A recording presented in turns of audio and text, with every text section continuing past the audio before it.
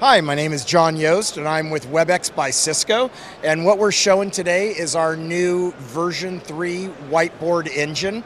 So we learned from our past and we listened to our customers, and we've re-engineered our whiteboard solution to be a cloud-based engine that is now accessible from our devices and our apps.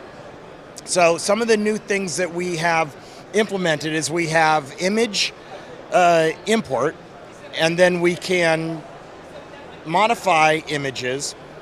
We can edit and modify our sticky notes.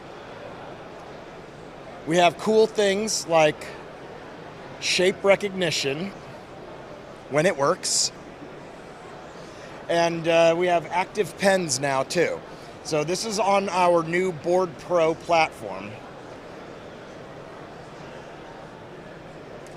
We'll pretend that worked. So the other thing that we are looking at is we're not in a call. So this is new to where we can collaborate and do whiteboards whether you're in a call or out of a call. And it's available on mobile and laptops as well. And you can test it out by going to whiteboard.webex.com and you can check it out there. Thank you very much.